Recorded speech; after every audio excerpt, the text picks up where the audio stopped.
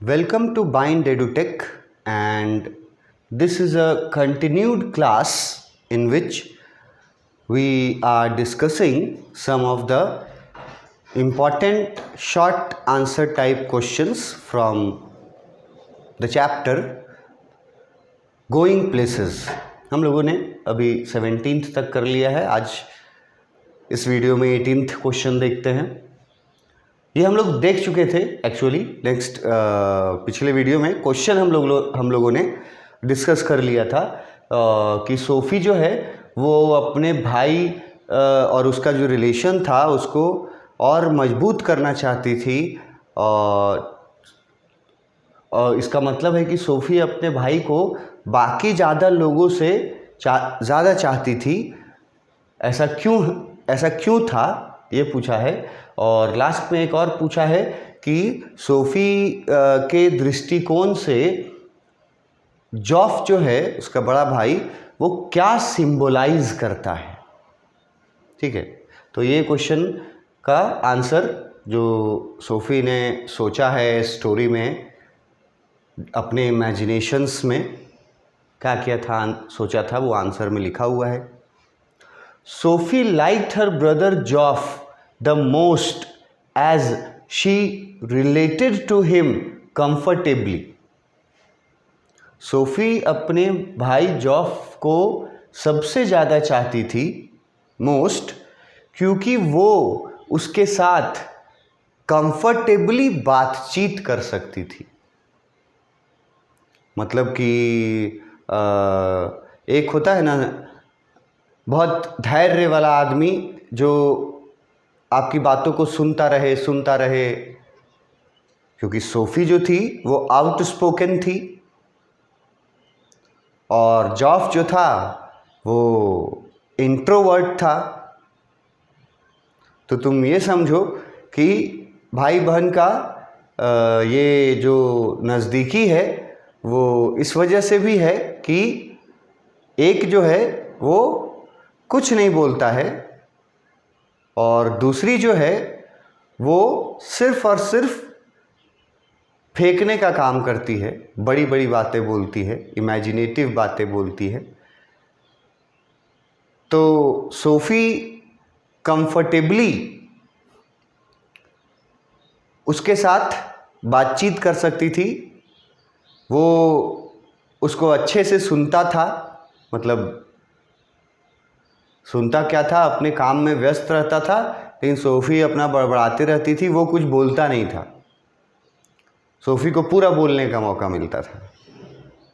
तो इसलिए सोफ़ी जो है वो अपने भाई जॉफ को बाकी फैमिली मेम्बर्स से ज़्यादा चाहती थी, क्योंकि जॉफ जो था वो सोफ़ी के लिए कंफर्टेबली रिलेट करने वाला इंसान था. मतलब वो बहुत कंफर्टेबली उसके साथ इन्वॉल्व हो जाती थी. कुछ लोग होते हैं ना जिनके साथ आप कंफर्टेबल फील करते हैं. कुछ, चाहे वो फ्रेंड्स हों, चाहे वो कोई रिलेटिव हो, चाहे वो अपने पेरेंट्स में से ही कोई हो, वैसे ही भाई बहनों में से यहाँ जो है वो बताया गया है कि कुछ लोग होते हैं जो कुछ लोगों के साथ ज़्यादा कंफर्ट फील करते हैं. मतलब कि ज़्यादा खुल करके अपनी बातों को उनके सामने रखते हैं. बाकी लोगों के सामने ज़्यादा खुल करके अपनी बातों को नहीं रखते हैं. कुछ लोग जो वैसे हैं उन्हीं के पास हम लोग भी अपना बात खुल करके रखते हैं. तो वैसा रिलेशन था कि सोफ़ी जो है वो अपने भाई जॉफ के साथ बहुत कंफर्टेबल रहती थी. उनका रिलेशन बहुत कंफर्टेबल का था. सोफ़ी बोलते जाती थी और जॉफ बस सुनते जाता था. तो एक कारण ये है कि वो अपने भाई जॉफ को बाकी फैमिली मेम्बर्स के मुकाबले ज़्यादा पसंद करती थी. He was tall, handsome and dark. एक जगह सोफ़ी ने ये भी इमेजिन किया है, सोचा है, बोला नहीं है, इमेजिन किया है, सोचा है भाई के बारे में, he was tall, handsome and dark. अब जो लोग स्टोरी पढ़े होंगे उनको रिकॉल हो सकता है अगर मैं ये बताऊं कि ये बात वहाँ बोली गई है जहाँ सोफ़ी रात में जॉफ के बेडरूम में जाकर के उसको बहुत रिक्वेस्ट करती है कि प्लीज़ जॉफ, जो बात मैंने तुमको बताया है वो सीक्रेट है, वो किसी और को मत बताना, क्योंकि डैड को उसने बता दिया था। तो सोफ़ी उससे प्रॉमिस लेने गई थी कि प्रॉमिस करो तुम ये बात किसी और को नहीं बताओगे। उस समय जॉफ के बारे में ये बातें सोची गई थी उस पार्ट में। तो पहला पॉइंट है कि सोफ़ी कंफर्टेबल फील करती थी जॉफ के साथ in comparison to other members, ठीक है, इसीलिए जॉफ को ज़्यादा लाइक करती थी। वो जॉफ को डिफाइन करती है कि वो टॉल था, हैंडसम था और डार्क था। और उसके बाद वो ये सोचती है कि जॉफ lived in a world of his own. वो ये भी सोचती है अपने भाई के प्रति कि जॉफ जो है वो अपनी एक अलग दुनिया में रहता है। साइलेंट रहने का कारण, जॉफ के साइलेंस का कारण सोफ़ी ये अनुमान लगाती है, एकदम इमेजिनेटिव है, ऐसा सच में बिल्कुल नहीं था, पर सोफ़ी को लगता था कि उसका भाई खामोश रहता है तो किसी और दुनिया में चला जाता है। तो यहाँ लिखा हुआ है सोफ़ी को ऐसा लगता था ही lived in a world of his own, कि उसका भाई जो है वो अपनी एक अलग दुनिया में रहता है। He was the only one SoFi could share her secrets with. और सोफ़ी को ये भी लगता है कि जॉफ ही पहला व्यक्ति है जिसको वो अपना सीक्रेट बता सकती है। वो भी सोफ़ी को लगता है कि वो ओनली वन है, जॉफ ही एक ऐसा व्यक्ति है जिससे वो अपना सीक्रेट शेयर कर सकती है। क्यों? As he was an introvert, क्योंकि जॉफ का स्वभाव जो था वो ऐसा था कि बहुत कम बोलता था। इंट्रोवर्ट वर्ड तो इतना बार आ चुका है, अब इसको फिर से डिफाइन करने का ज़रूरत नहीं है हमें। जॉफ जो था वो इंट्रोवर्ट था, तो उसको सीक्रेट बताने से सोफ़ी सेफ फील करती थी कि जॉफ इंट्रोवर्ट है तो ये बात कहीं आगे नहीं जाएगा, वो किसी को भी बोलेगा ही नहीं। तो सोफ़ी के लिए एक सेफ्टी भी था। और एक और रीज़न था, बड़ा रीज़न, कि वो जॉफ को ही सीक्रेट क्यों बताती है। ये डैनी कैसे वाला खास करके झूठा सीक्रेट वो जॉफ को ही बताती है। और इसका रीज़न एक और ये था कि वो जॉफ का भरोसा जीतना चाहती थी। ये जॉफ का भरोसा जीतना चाहती थी। वो चाहती थी कि जॉफ उस पर ट्रस्ट करे, और ट्रस्ट करने का रिजल्ट ये होगा कि जॉफ एक दिन उसको, सोफ़ी को भी अपने उस दुनिया में ले जाएगा। इसके बारे में भी एक क्वेश्चन आंसर हम लोग डिस्कस कर चुके हैं कि सोफ़ी कैसे इमेजिन करती है जॉफ को अपनी सपनों की दुनिया में। तो जो मोटरसाइकिल से ले जा रहा है वो इमेजिनेशन। तो सोफ़ी जो है वो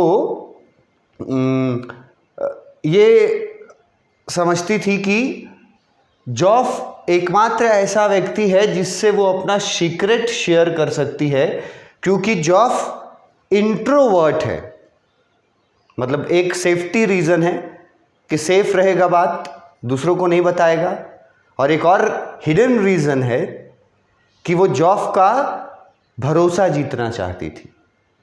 और फिर ये सोफ़ी का पहला क्वेश्चन का आंसर हो गया कि सोफ़ी अपने भाई जॉफ को बाकी लोगों से ज़्यादा क्यों चाहती थी। उसका आंसर यहाँ तक है,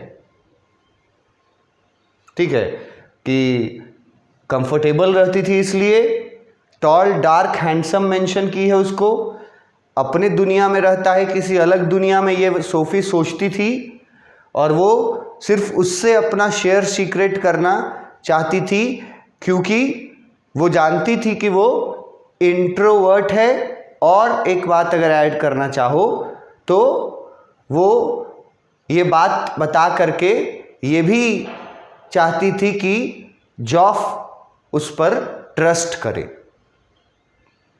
और अपनी दुनिया के बारे में भी बताए, ठीक है। अब एक और क्वेश्चन जो पूछा गया था कि सोफ़ी के लिए जॉफ जो है वो किस चीज़ का सिंबल है। अकॉर्डिंग टू सोफ़ी जॉफ क्या सिंबलाइज करता है, किस चीज़ का सिंबल है जॉफ। तो उसका आंसर एक सेंटेंस में दिया गया है, देखो डार्क करके लिखे है, ठीक है। टू हर मतलब सोफ़ी के लिए जॉफ symbolized a world she often dream of and wanted to escape to। और ये जो वर्ड है escape to, escape वर्ड का वैसे लिटरल मीनिंग अगर देखना चाहोगे तो बचना या भागना ये वर्ड आता है, लेकिन यहाँ पे उसका मतलब है escape to का मतलब हम लिखे हैं यहाँ टू विजिट, टू गो, ठीक है। तो ये क्वेश्चन जो पूछा कि सोफ़ी के दृष्टिकोण से जॉफ क्या सिंबलाइज करता है, तो लिखा कि जॉफ एक ऐसी दुनिया को सिंबलाइज करता है जिस दुनिया में के बारे में सोफ़ी ड्रीम करती है और जिस दुनिया में वो जाना चाहती है। In which she wanted to escape to, escape to वाला अगर ना याद रहे तो लिखना कि जिस दुनिया को वो विजिट करना चाहती है, जिस दुनिया को में वो जाना चाहती है। तो सोफ़ी जो के अकॉर्डिंग उसका भाई वो जो आउटर वर्ल्ड है जो सोफ़ी के पहुंच से दूर है, क्योंकि उसके भाई और उसके फादर समझते हैं कि सोफ़ी की अभी इतनी उम्र नहीं हुई है कि वो उस दुनिया में इंक्लूड हो पाए। तो सोफ़ी जो है वो उसके लिए जॉफ जो था वो वही दुनिया था जिस दुनिया के बारे में सोफ़ी सपने देखा करती थी और जिस दुनिया में सोफ़ी जाना चाहती थी, विजिट करना चाहती थी। तो उसको लिखा है she wanted to escape to, जहाँ पे वो जाना चाहती थी। तो उसका भाई उसी दुनिया को सिंबलाइज करता है और अपने भाई के साथ कंफर्टेबल थी और सीक्रेट सिर्फ उसी को शेयर करती थी। ये सब पहला क्वेश्चन का आंसर था। क्वेश्चन नंबर 19 आता है, बहुत बार ये क्वेश्चन पूछा गया है, टेक्स्ट बुक का ही क्वेश्चन है शायद, perhaps, I am not sure, but question है what socio economic background, what socio economic background did Sophie belong to, question mark. Sophie किस तरह के सोसाइटी से बिलोंग करती थी। मतलब हमारा सोसाइटी जो है वो कैटेगरीज में डिवाइड किया हुआ है। ये तो हम सब लोग जानते हैं कि हमारा समाज जो है वो कैटेगरीज में डिवाइडेड है। सोसाइटी को कैटेगरीज में डिवाइड रखा है।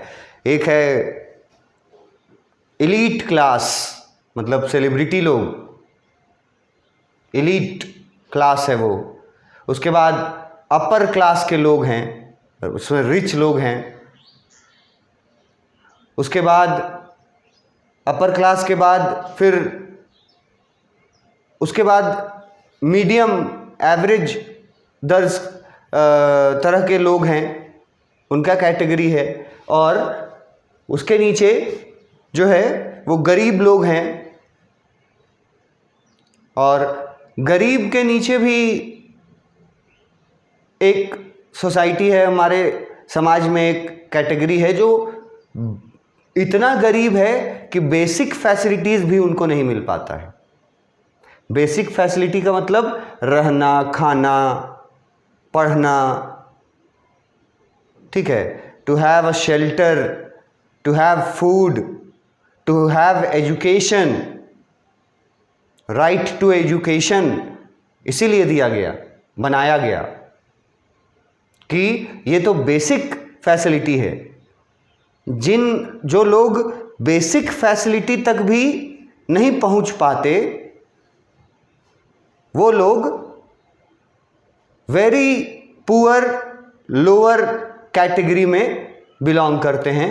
और सोफी भी ऐसे ही कैटेगरी से बिलोंग करती थी। मतलब जितना कहानी में बताया गया है, पूरी कहानी में शुरू से लेकर के लास्ट तक, तो पूरी कहानी में इस चीज का उदाहरण भरा पड़ा हुआ है कि सोफी जो है वो poor lower section of society से बिलोंग करती थी।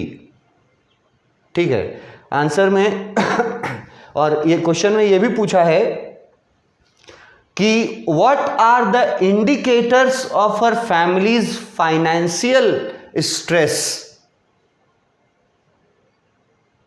इसका मतलब है कि चैप्टर में वो कौन कौन से उदाहरण हैं, एग्जाम्पल्स हैं, जिससे आप ये प्रूव कर सकते हो कि Sophie poor lower middle class family से बिलोंग करती है। कौन कौन से ऐसी बातें पूरे चैप्टर में पता चली हैं जिससे ये साबित किया जा सके कि सोफी किस सेक्शन से बिलोंग करती है।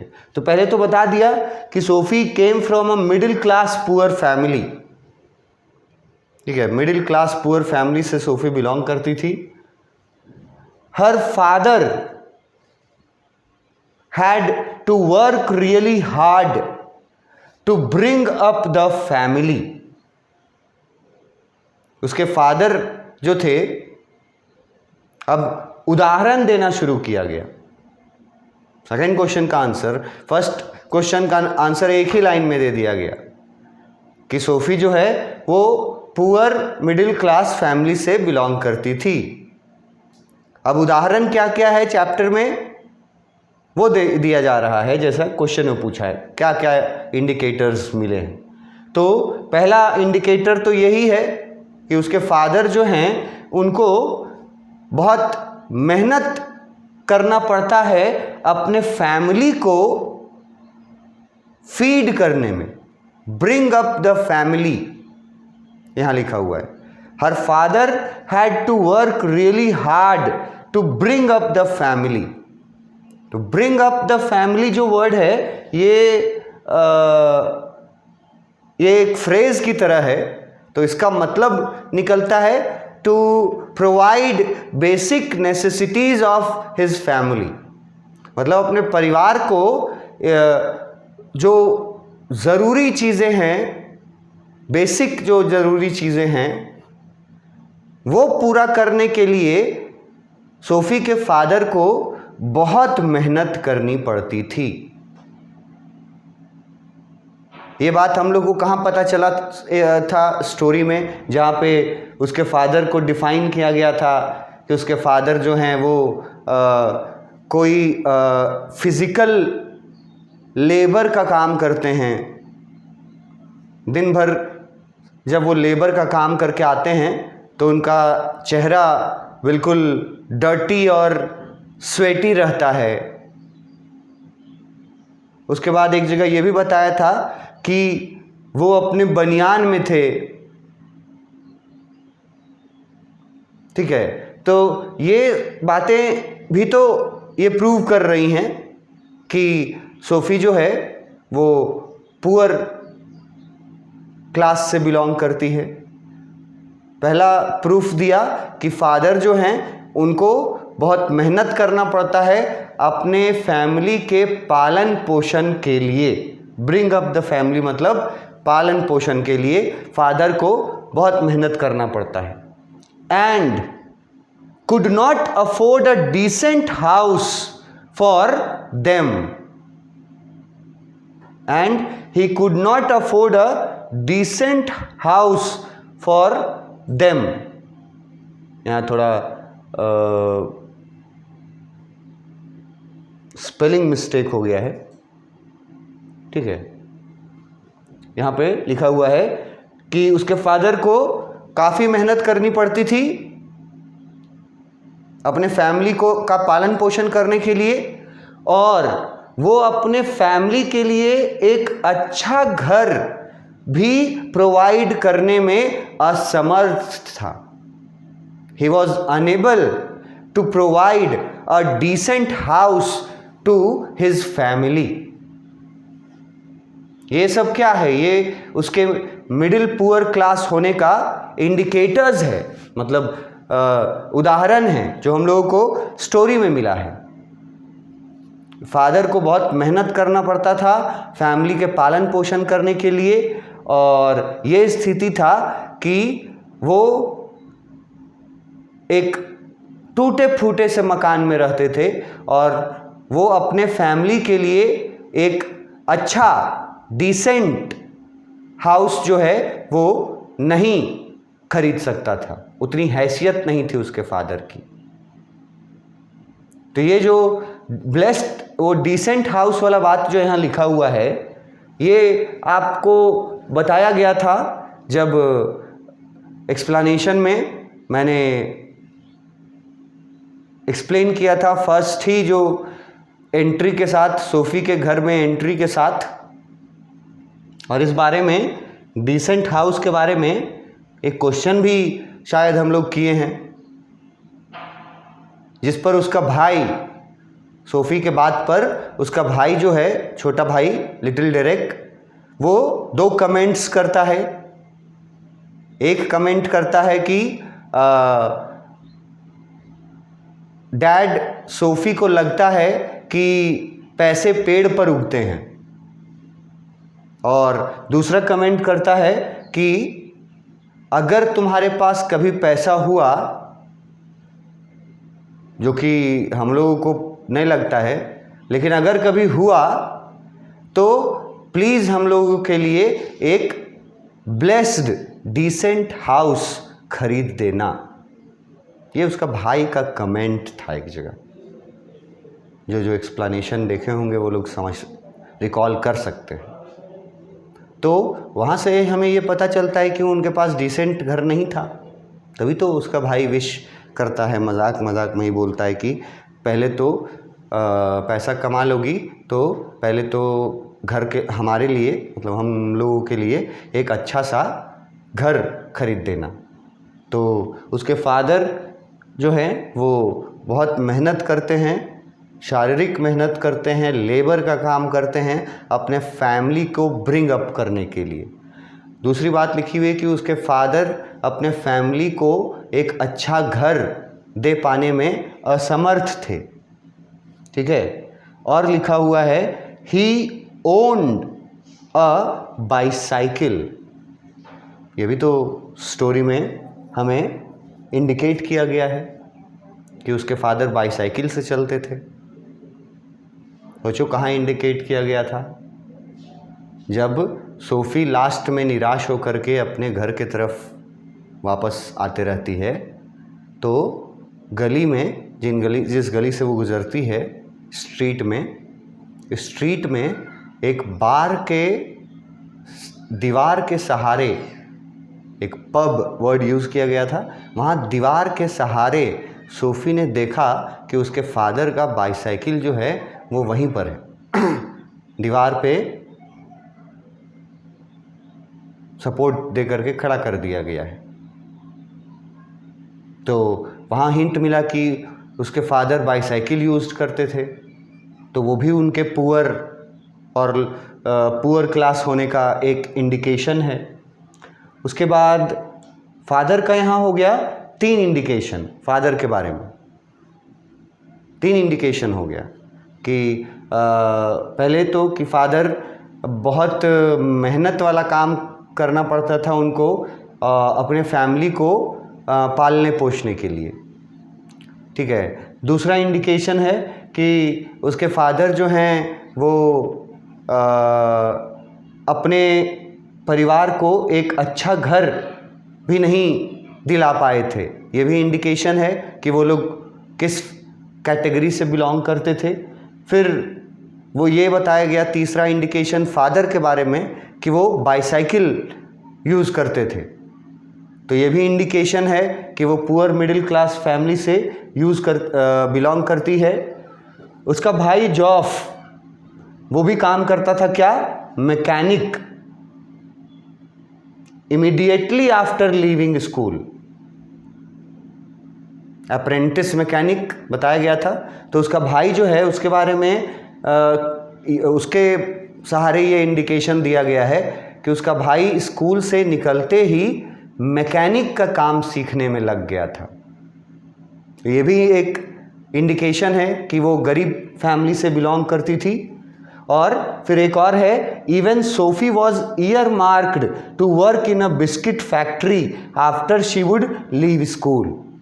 और लास्ट इंडिकेशन ये भी है कि सोफी के लिए पहले से ही ये तय कर दिया गया था, ईयर मार्क्ड वर्ड बहुत बार बता चुके हैं अब, तो ये सोफ़ी के लिए पहले से ही तय कर दिया था कि स्कूल कंप्लीट होने के बाद उसको बिस्किट फैक्ट्री में काम करना पड़ेगा।